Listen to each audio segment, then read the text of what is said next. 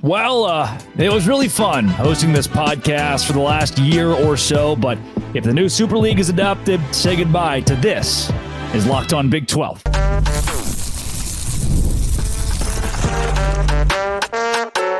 You are Locked On Big 12, your daily podcast on the Big 12 Conference, part of the Locked On Podcast Network, your team every day.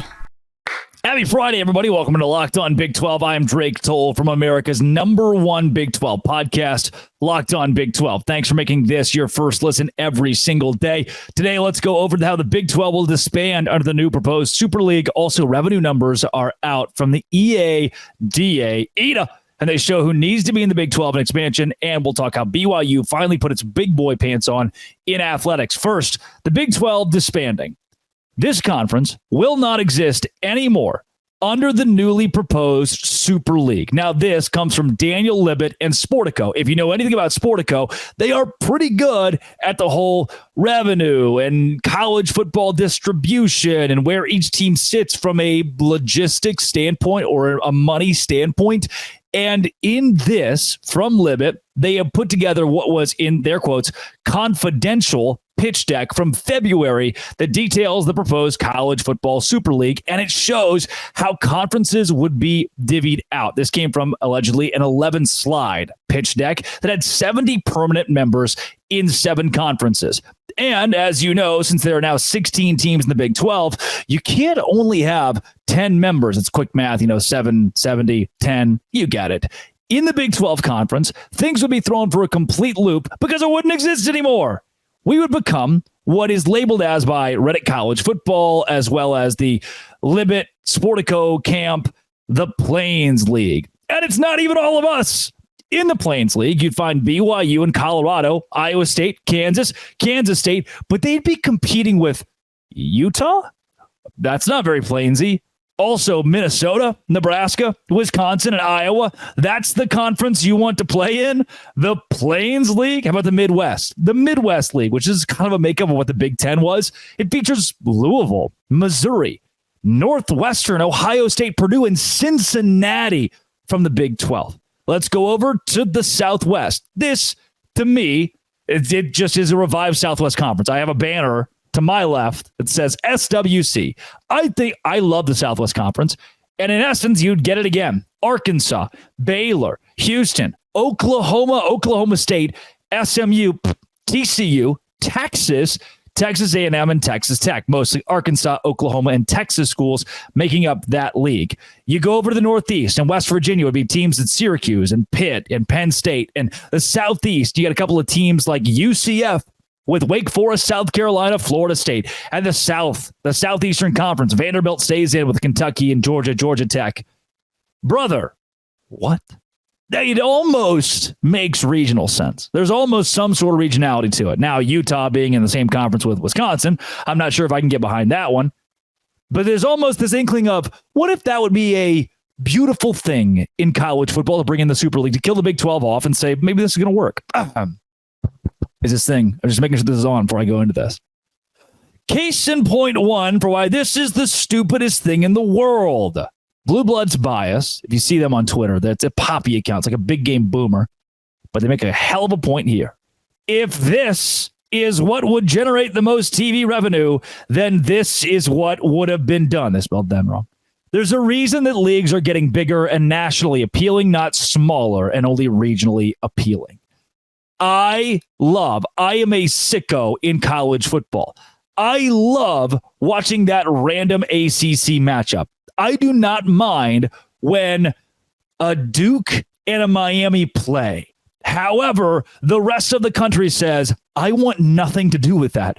Miami fans also say, I want nothing to do with that. We have learned regionality in college football does not make as much money as having USC play Ohio State in a conference game. And as soon as TV networks realized having USC play Ohio State in a conference game brings more revenue, that's what they decided to do.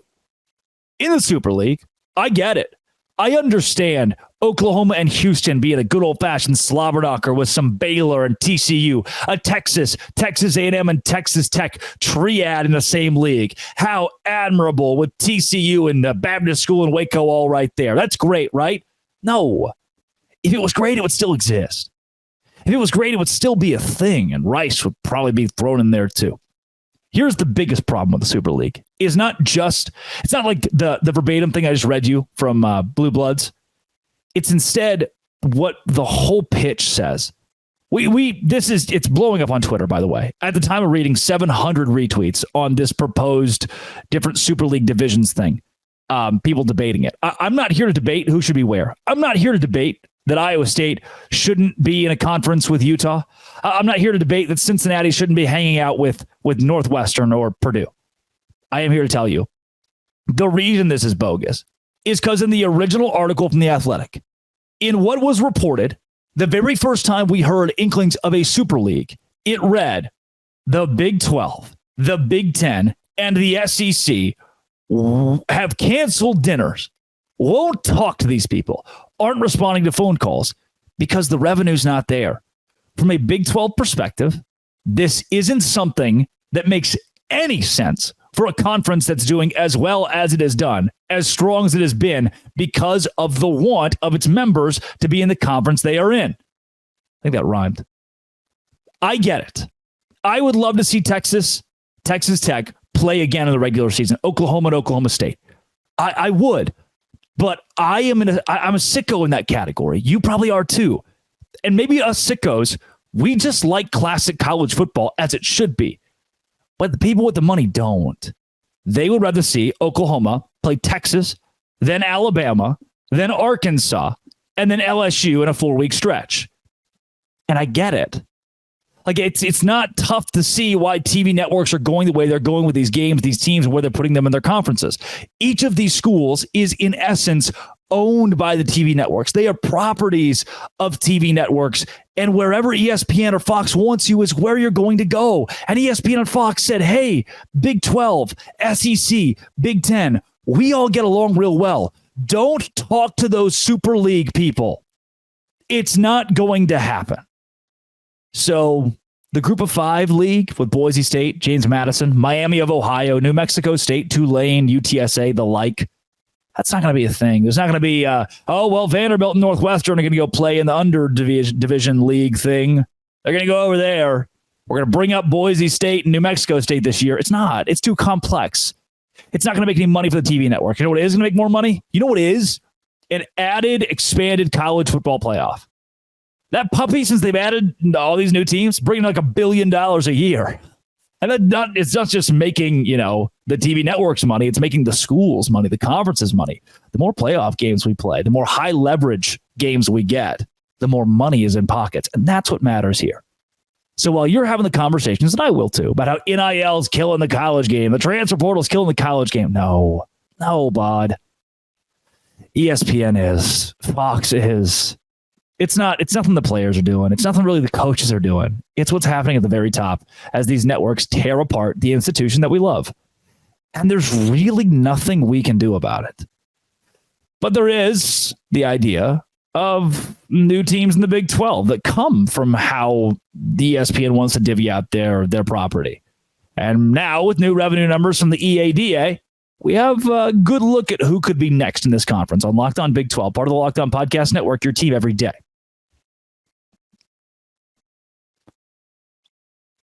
Today's show is brought to you by Monopoly Go. Monopoly Go is where I go when I'm on the go to play Monopoly. I can play with my friends. That's the best part. I'm a very competitive person, and when I'm competitive, it means that I want to beat my friends. I don't want to play with them. I want to beat them. I love classic Monopoly, and here it is. It's a very competitive game. Here it is, mobile. Tons of new twists. Leaderboards compare your progress with your buddies. It's Monopoly that you love, but on your phone. Play on countless dynamic Monopoly boards. Make your friends bankrupt by smashing their landmarks with a wrecking ball. Charge other players rent for your iconic properties. Work with your friends if you want to. If you're that guy that's not competitive, you can work with your friends. Get back out there. Put on your game face. Download Monopoly Go. Now free on the App Store or Google Play. Monopoly Go, it keeps me going constantly. And Monopoly Go is a place you can compete with your friends or against your friends to show that you are the best. But you're not better than me. You never will be because I'm good at Monopoly Go. Today's show is also brought to you by eBay Motors. eBay Motors is where you keep your ride or die alive. Millions of parts. I had a thing underneath of my car fall off last week. So I said, eBay Motors, can you help me? And they said, with passion, drive, and patience, the formula for winning championships is what keeps your car alive. eBay Motors has everything you need. Superchargers, roof racks, exhaust kits, LED headlights, speed, power, style, even the little plastic piece that went under my car that broke. I got a replacement. 122 million parts for your number one ride or die. You'll always find exactly what you're looking for. eBay guaranteed fit. Your parts guaranteed to fit. eBay Motors, you're burning rubber, not cash. All the parts you need, prices you want. It's easy to make your car the MVP and bring home the huge wins. Keep your ride or die alive at ebaymotors.com. Eligible items only. Exclusions apply. eBay Guaranteed Fit is only available to U.S. customers. That is ebaymotors.com. We just got brand new revenue numbers from the EADA that label where colleges are and they're standing in current the state that we're in.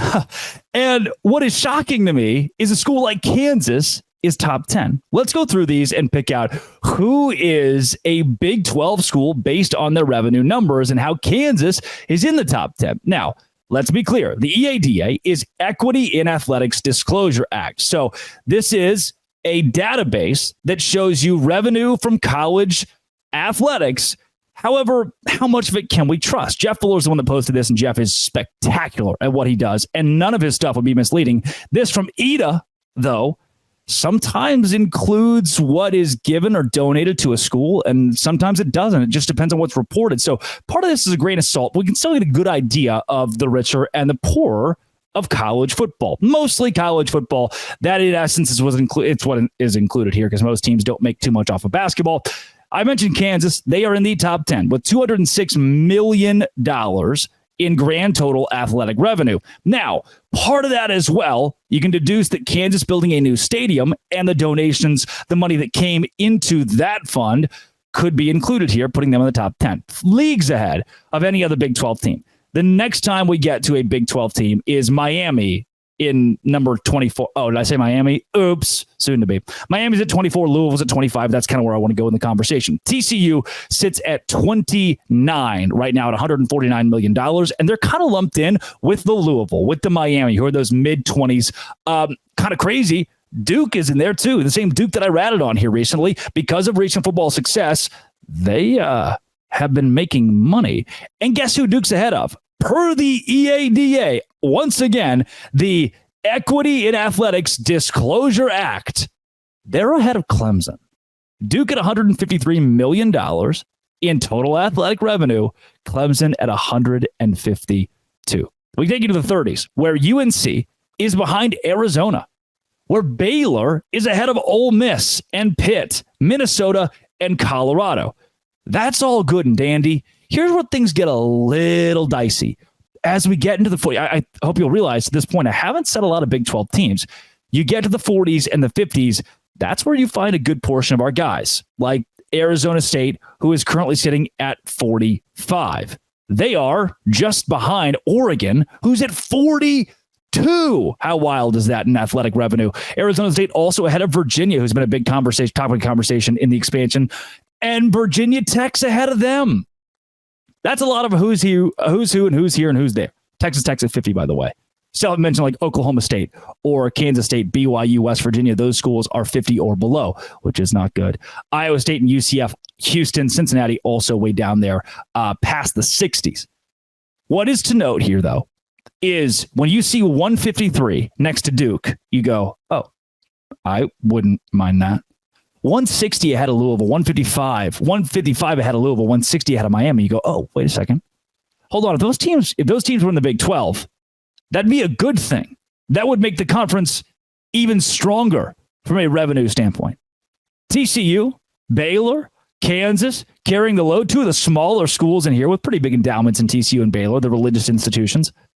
Two of them. There's BYU as well. Carrying the load here. Huge. Above schools like UCLA, above UNC. Now, UNC at 138, sitting right next to Baylor, sitting behind Arizona. You start to think, oh, wait a second. UNC's not as prominent from an athletic revenue standpoint as we thought. And maybe the donors are big. Maybe that's not included, but still, You would think the EADA, we're going to spike the numbers to whatever we can get them to. You want that to look good, right? Now, these numbers are typically off from USA Today and Sportico because they both go to different places. There are different ways to deduce an athletic revenue based on whether you're counting just the revenue itself from sport or what donors have given. And that's school dependent. But UNC's not flashing anything. Virginia Tech aren't flashing anything. Wait a second. You've heard on this show that Virginia might be a lock for the SEC. They might have the footprint for the SEC. Maybe they do, but they're behind Virginia Tech. Yeah, they'd give you a new footprint in that conference, but are they really an SEC school? Vanderbilt, sitting at 125. They're in the mid-40s here. Vanderbilt behind multiple Big 12 schools as well. NC State sits at 51. We already talked about how Texas Tech is at 50. Now you start to pick out some of the schools that I've mentioned as Big 12 candidates, as schools that could make it in the Big 12. Georgia Tech, who people seem to really like, they're at 116. They're behind Oklahoma State. They're at 116 million, but that's only good for 56th in the country. Mississippi State is right ahead of them at 116 as well. Buddy, that's wild. We got SEC teams that are down here hanging out with Northwestern and Syracuse. Utah and BYU making up the last part of the 60s at 68 and 69. West Virginia at 70, Kansas State at 71. Again, all of this per Jeff Fuller. So what I've learned is that the top end, where Baylor and TCU, Kansas sit, which is very impressive for those schools and what you've reported to the EDA, there are some others, expansion candidates, that might not be able to flash the card like we thought. Again, Clemson being just one spot above TCU. Miami and Louisville being a couple of spots ahead of Clemson. Duke being ahead of Clemson in athletic revenue per the EADA again. I don't know, buddy. Seems like the Big 12 might not be in a bad spot. Might not be in a tough spot to land some of the big dogs or dogs you would consider big. Told you. I told you 15 years ago, nobody cared about Clemson. And sometimes those brands are very tough to change, even when you do win at the top level, as they've done. If Clemson's bad in football the next 5 years, their brand does not stay like Nebraska or Texas or even Oklahoma. Coming up, BYU for real. Locked On Big 12, part of the Locked On Podcast Network, your team every day. Today's show is brought to you by Game Time. Game Time is where I go to buy tickets, last-minute tickets. I wanted to go see Billy Strings. My friend William came to End Market here in Savannah, Georgia, where I live and work for the Bananas and Party Animals. And I didn't buy the tickets right off the rip. Why? Because I can go to the Game Time app, browse, and save money. That's right, last-minute deals. Save up to 60% buying tickets for last-minute sports, concert, comedy, and theater. Flash deals save you money with exclusive in-app offers. Zone deals save you money when you choose a section. All-in pricing, toggle that feature that gives you the total up front. No surprise fees later on. Seat view, a panoramic view from your seat. Lowest price guaranteed, or Game Time will credit you 110% of the difference. Game Time ticket coverage. Your purchase is covered with the most flexible customer service policy in the ticketing industry. Take the guesswork out of buying tickets with Game Time. Download the Game Time app. Create an account. Use code LOCKEDONCollege for $20 off your first purchase. Terms apply. Again, create an account. Redeem code LOCKEDONCollege for $20 off. Download the Game Time app today. Last minute tickets. Lowest prices guaranteed. BYU has decided to take athletics seriously. And it is not that BYU has put athletics on the back burner in the past. It's not that the fans aren't passionate and don't pack things out. It's not that money has not been spent on making sure that Provo is a legitimate sports power. But it kind of is. That last one. See, BYU itself has had very responsible pockets. They're not like a Texas A&M doling out $68 million for a guy's buyout. And typically what BYU does is they don't go for the flashy hire. They go for a regional hire. The small town guy, the Utah guy, the dude who you might know if you're in and around Salt Lake, who's been an assistant at BYU, who's been at Utah, who's been at Utah Valley. They're going to hire that guy who's going to build the program up. And you're going to see the ascension of what these coaches are able to do from really a rags to riches scenario. Oftentimes, BYU is not making the splash hire. When they brought in Mark Pope in basketball, I said, Mark who? I wasn't alive when he played for Kentucky. He didn't really do anything at Utah Valley. He still hasn't won an NCAA tournament game. My question was, can this guy win NCAA tournament games at BYU? The answer was no. Take that, Mark Pope, who won't even say BYU anymore. Now, with the hiring of Kevin Young as the basketball coach in Provo, a whole new era just started. $30+ million being doled out to this guy. The question that I have when not just when BYU came in the conference, but even a year in, almost a year into having BYU in the Big 12, has been, will they spend the money? The facilities are there. The fan base, the support is there. The money is there from big-time donors. And I understand that given the culture, the commitment to ethics and morals, that BYU doesn't have the strongest NIL, and they're not going to be built on NIL. They should not be, because of their commitment to things that matter so much more than money. But in college athletics, it's not a bad idea to spend money. And that's what they're doing with Young. So while some people are, and not idiots, were considering high school coaches for the BYU job, instead, Tom Holmoe said, wait a second, I can go get the highest paid NBA assistant, the number one NBA assistant who could be a head coach in this league, and I'll give him $30+ million, thanks to some sponsors as well. That is insane. That is a statement that BYU is not here to mess around. I'm still waiting on a Houston, on a Cincinnati to make those kind of statements, to say, all right, we're ready to be a Power 4 school. We were ready to compete in the Big 12. Again, I know in the past, I've told you some real nice things about BYU because they have a soft spot for me because of the commitment to faith. This isn't blowing hot air up your skirt. Objectively, I am impressed. I am surprised. And I am very interested to see what happens next, considering how BYU has structured the contract of Young and decided, you know what? Fine. Watch this. When the institution who is a flagship for the second fastest growing religion in America, the world, is running the show athletically, there is money there. There's definitely, it's on the table. And now that you show, hey, we'll spend it. We're not going to keep getting the high school coach. We're not going to just hire the guy from Utah Valley or the assistant from Utah. We're not going to hire that good old football coach who is an alumni of BYU. No, we'll still hire within the church, but we're going to hire the biggest freaking name possible within the church. For everybody else in the conference, when a school that has the alumni base BYU has, for a school that has the alumni support BYU has, when they start digging into those pockets, start spending the money out of those pockets, out of the pockets of the folks in the LDS church who love BYU, who went to BYU, things get real dangerous for everybody else, because I just don't know at their peak from a donor standpoint if anybody can compete with BYU. When that is unlocked, when that chest is unlocked and they say, fine, we'll spend some money. Oh, baby. It's like the Dallas Cowboys. They don't spend money. You know, they don't. At BYU, they don't really spend money. They do things the good old-fashioned way. Till this time around, they decided if we're going to be Power 4, we're going to have to go after the flashy name, and we're going to get them. Displaying to me that BYU has always been able to get these guys. They're just willing to do it now as a big boy program. They have put their big boy pants on. Congrats. Welcome to the big leagues. You just showed to the rest of the conference, you're not afraid. You're not afraid to compete from a financial standpoint.